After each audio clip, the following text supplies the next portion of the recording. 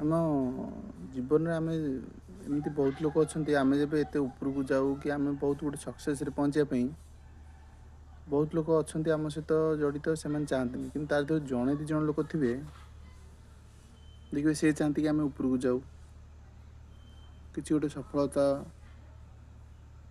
ଉପରକୁ ଯାଇ ଆମେ ସଫଳତା ହାସିଲ କରୁ,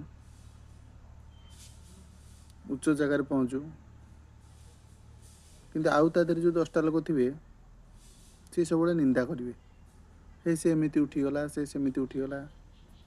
କିନ୍ତୁ ଦେଖିବେ ଭଗବାନ ଯେଉଁ ଦୁଇ ତିନିଟା ଲୋକ ଆମର ଭଲ ଚାହୁଁଥିବେ, ସେ ଆମ ସପକ୍ଷରେ ଥିବେ କି ଆମର ଉନ୍ନତି ଆଶା କରୁଥିବେ ନିଜ ମୋ ଅନ୍ତରରୁ, ସେଇମାନଙ୍କୁ ବି ଆମର ଦୂରେଇ ନେଇଯାଆନ୍ତି। ଭଗବାନ ଏମିତି କାହିଁ କରନ୍ତି ତାର ତ ଏପର୍ଯ୍ୟନ୍ତ କାହିଁ ମୁଁ ଜାଣିପାରିଲିନି କାହିଁ ଏମିତି କରନ୍ତି। ଆପଣମାନେ କେବେ ଏମିତି କିଛି ଅନୁଭବ କରିଛନ୍ତି କି? ଜଣେଇବେ, ସେମିତି କିଛି ଅନୁଭବ କରିଛନ୍ତି ଯଦି।